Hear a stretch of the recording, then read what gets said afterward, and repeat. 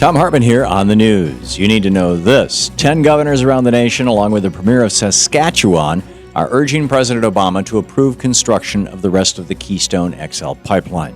The administration is expected to make a decision by the end of March, and for the sake of the planet, let's hope the president says no way. A new study by Oil Change International looked at the potential environmental impacts of the Keystone XL pipeline and discovered they were worse than previously thought.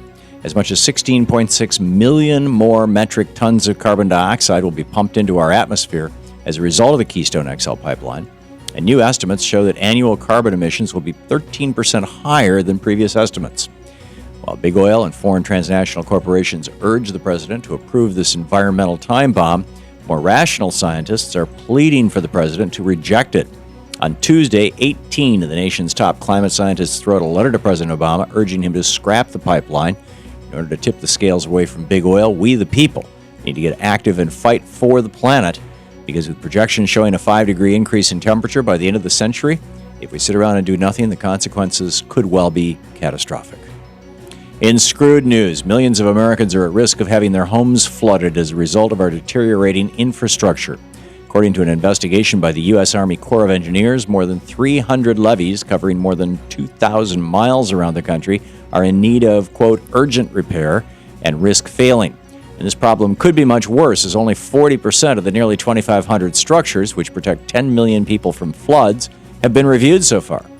In New Orleans in 2005, we saw the horrific consequences of what happens when levees fail. And these deteriorating levees are part of a bigger problem, a deteriorating infrastructure. According to the American Society of Civil Engineers, our infrastructure requires $1.6 trillion in repairs. And if nothing is done by the end of the decade, that number will grow to nearly $3 trillion. Decaying infrastructure is estimated to cost our economy 3.5 million jobs over the next decade. Of course, there's a simple solution to all of this. Invest government money into rebuilding and modernizing our nation's infrastructure. Unfortunately, since that thing like that will put tens of millions of Americans back to work, improve our economy, and prove that the government can indeed be a force for economic good, Republicans in Congress are blocking this much-needed infrastructure stimulus. So you know who you to call next time the levees break: John Boehner and Eric Cantor. In the best of the rest of the news, corporate America is doing very, very well under President Obama. Despite accusations that the president is anti-business or even a socialist, an analysis by Bloomberg News shows that corporate profits have grown a whopping 171% under President Obama. That's the biggest gain under any president ever in the post-war era. To put that in perspective, as Bloomberg points out, profits are more than twice as high as their peak during President Ronald Reagan's administration, and more than 50% greater than during the late 1990s internet boom measured by the size of the economy. At the same time, workers' wages as a percentage of GDP are lower than they've ever been. Despite what you hear on Fox so-called news and the conservative misinformation complex, big business is doing very well under President Obama. It's the workers who aren't. So if the president really is a socialist, then he's not doing a very good job of it. Mired in the worst flu season in decades, Americans are demanding business owners give their workers paid sick days. According to a new survey by the consumer organization ORC International, 57% of Americans say it is very important or important that restaurants provide their workers with paid sick days.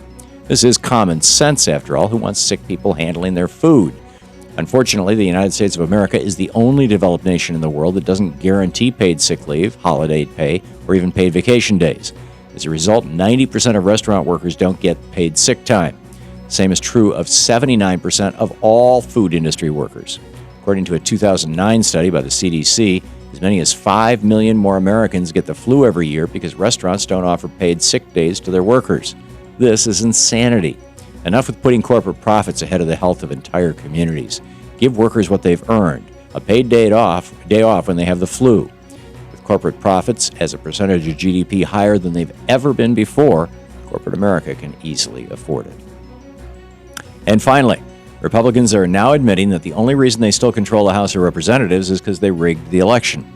In a new report by the Republican State Leadership Council, the party brags about how it spent $30 million in 2010 to put Republican majorities in state legislatures in blue states like Michigan, Ohio, Wisconsin, and Pennsylvania. Those majorities then went on to carve up congressional districts in a way that benefits Republicans by carving up very safe red districts and hurts Democrats by splitting up Democratic strongholds. So by the time the 2012 elections came along, Republican House seats were already very well protected.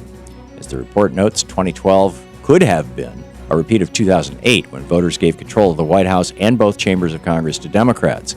Instead, Republicans enjoy a 33-seat margin in the U.S. House, having endured Democratic successes atop the ticket and over 1 million more votes cast for Democratic House candidates than Republicans. End of quote.